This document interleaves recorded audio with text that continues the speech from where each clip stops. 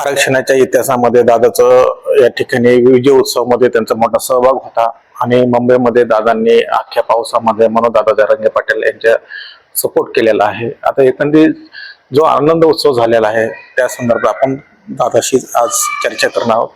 दादा, एकंदरीत सातारा गॅजेट आणि हैदराबाद गॅजेट आणि विविध मागण्या हे सर्वसामान्य जनतेला कळायला पाहिजे, काय आहे हे सगळं? ह्या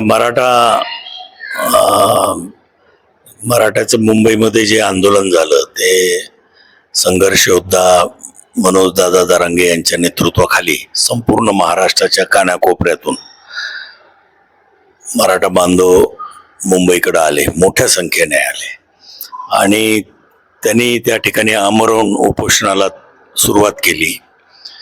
त्यांनी जे काही मागण्या या आंदोलनाच्या निमित्तानं सरकार पुढे ठेवलेल्या होत्या त्याच्यामध्ये प्रामुख्यानं हैदराबाद गॅझेट आणि सातारा आणि औंध गॅझेट हे लागू करावं, त्याला मान्यता द्यावी असा सरकार पुढे प्रस्ताव होता।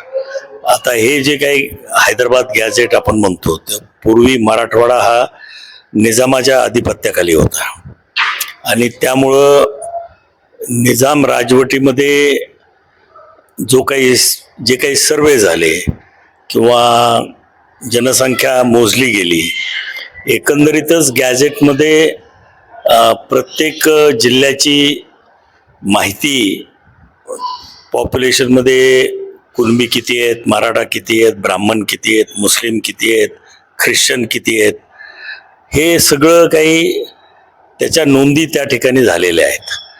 आणि बहुतांशी या मराठवाड्याचे त्यावेळी जे 4 जिल्हे होते, औरंगाबाद, बीड, परभणी, नांदेड, धाराशिव असे 5 प्रामुख्यानं त्यावेळेस जिल्हे मराठवाड्यामध्ये होते आणि त्याची सविस्तर माहिती ज्याच्यामध्ये प्रामुख्यानं मराठा कुणबी नोंदी याच्याबद्दल त्या गॅझेटेरमध्ये माहिती आहे। आणि हेच जरांगे पाटलांचं आणि आंदोलकाचं म्हणणं होतं की ह्या नोंदी त्या राजवटीत झालेल्या आहेत। सातार गॅझेट असेल किंवा औंधचं गॅझेट असेल, हे त्यावेळेसच्या जे राज्यकर्ते होते, मग आपल्या मराठवाड्यासाठी निजाम राज्यकर्ता होता, तर त्यांच्या काळात झालेल्या नोंदी ह्याच्या आधारावरती त्या गॅझेटमध्ये ज्या नोंदी आहेत कुणब्याच्या, त्याच्या आधारावर प्रमाणपत्र द्यावेत ही प्रामुख्यानं मागणी होती। त्याच्यासाठी हा संघर्ष होता आणि मला अतिशय आनंद आहे की महाविकास आघाडी सरकारनं, मुख्यमंत्री देवेंद्र फडणवीस साहेब असतील, उपमुख्यमंत्री शिंदे साहेब असतील, अजितदादा पवार साहेब असतील किंवा उपसमितीचे अध्यक्ष राधाकृष्ण विखे पाटील आणि त्यांची संपूर्ण टीम, या उपसमितीनं अतिशय अभ्यासपूर्ण याच्यावरती तोडगा काढला।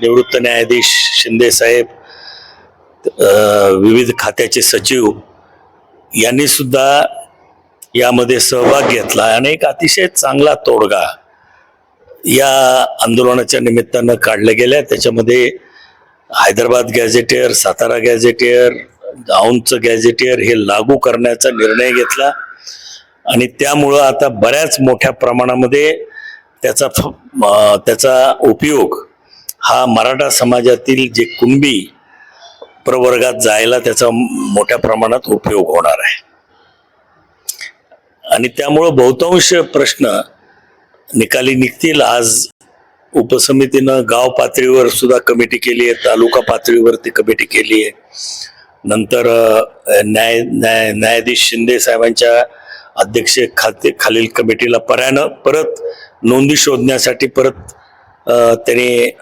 आदेशित केलेलं आहे।